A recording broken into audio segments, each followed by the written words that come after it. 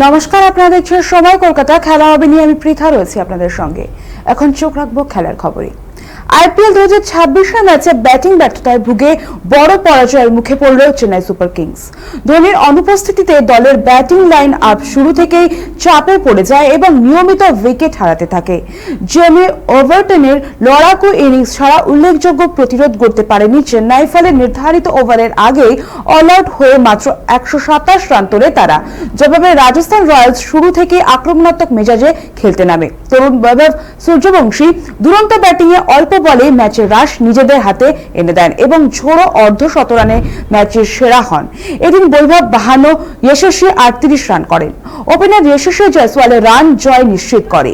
চেন্নাইয়ের বোলাররা কার্যত কোনো প্রতিরোধ করতে পারেনি, ফলে মাত্র 12 ওভার 1 বলেই লক্ষ্য ছুঁয়ে ফেলে রাজস্থান। এই হারের পর দল গঠন ও পারফরম্যান্স নিয়ে নতুন করে ভাবতে বাধ্য হবে চেন্নাই।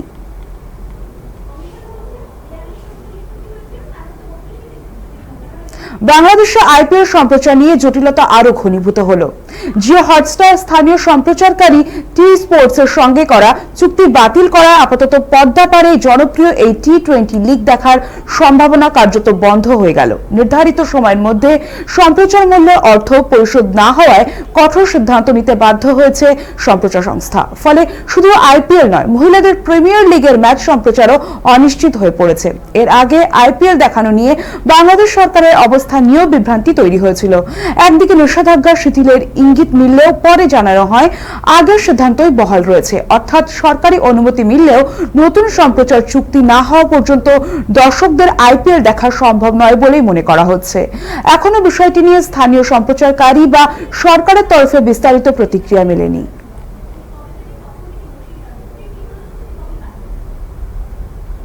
ভারতীয় ক্লাব ফুটবলের দীর্ঘমেয়াদী কমার্শিয়াল পার্টনার বাছাই নিয়ে আপাতত চূড়ান্ত সিদ্ধান্ত পিছিয়ে দিল ফেডারেশন। কার্যকরী কমিটির বৈঠকে সিদ্ধান্ত হওয়ার কথা থাকলেও ক্লাব জোটের আপত্তির পর পুরো প্রক্রিয়া নতুন করে খতিয়ে দেখার সিদ্ধান্ত নেওয়া হয়েছে।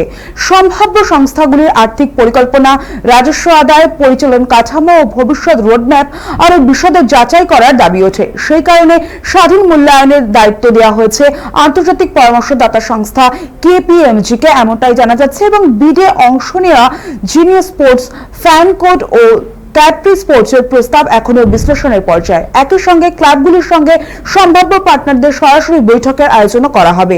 এতে টুর্নামেন্ট পরিচালনা ও রাজস্ব মডেল নিয়ে স্পষ্ট ধারণা পাবে সংশ্লিষ্ট ক্লাবগুলি। মূল্যায়ন প্রক্রিয়া শেষ হলে সংস্থাগুলিকে চূড়ান্ত প্রস্তাব জমা দিতে বলা হবে। এরপর বিষয়টি জেনারেল বডির সামনে তোলা হবে অনুমোদনের জন্য। সব দিক বিচার করেই ভারতীয় ক্লাব ফুটবলের ভবিষ্যৎ বাণিজ্যিক অংশীদার নির্বাচন করা হবে বলে জানিয়েছে ফেডারেশন।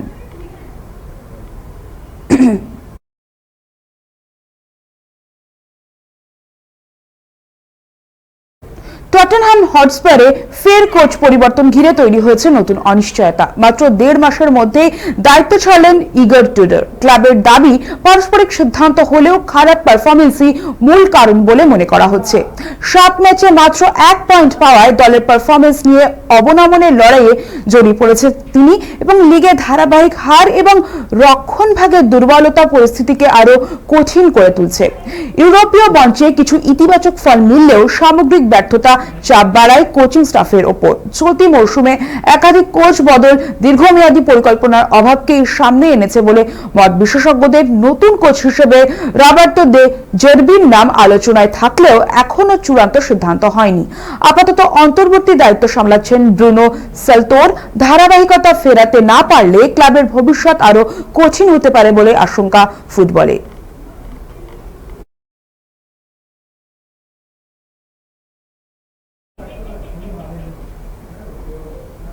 পুরো টুর্নামেন্ট জুড়ে দুরন্ত ছন্দে থেকে বিরল কীর্তি গড়লেন ইতালির টেনিস তারকা ইয়ানিক সিনার। একই বছরে ইন্ডিয়ান ওয়েলস ও মায়ামি ওপেন জিতে সানশাইন ডাবল সম্পূর্ণ করলেও তার সাফল্যের তাৎপর্যপূর্ণ অন্য জায়গায়। দুটি প্রতিযোগিতায় তিনি জিতেছেন, একটি সেটও না হারিয়ে। ফাইনালে জিরি লেহেকাকে হারিয়ে মায়ামি ওপেন ট্রফি নিশ্চিত করেন বিশ্বের 2 নম্বর খেলোয়াড়। এর আগে রজার ফেডরার বা নোভাক জোকোভিচের মতো কিংবদন্তিরাও এমন নিখুঁত পারফরমেন্স দেখাতে পারেননি। বছরের শুরুটা প্রত্যাশা মতো না হলেও দ্রুত নিজের সেরা ছন্দে ফিরেছেন সিনার।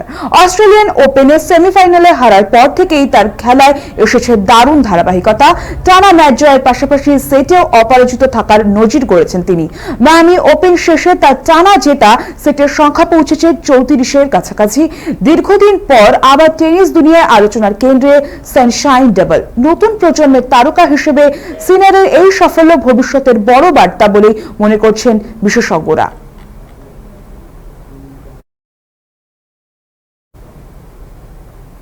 খেলা হবে এখনকার মতো এই পর্যন্তই। খেলার অন্য সমস্ত খবর পেতে চোখ রাখুন সময় কলকাতায়। সময় বলবে সময়ের কথা।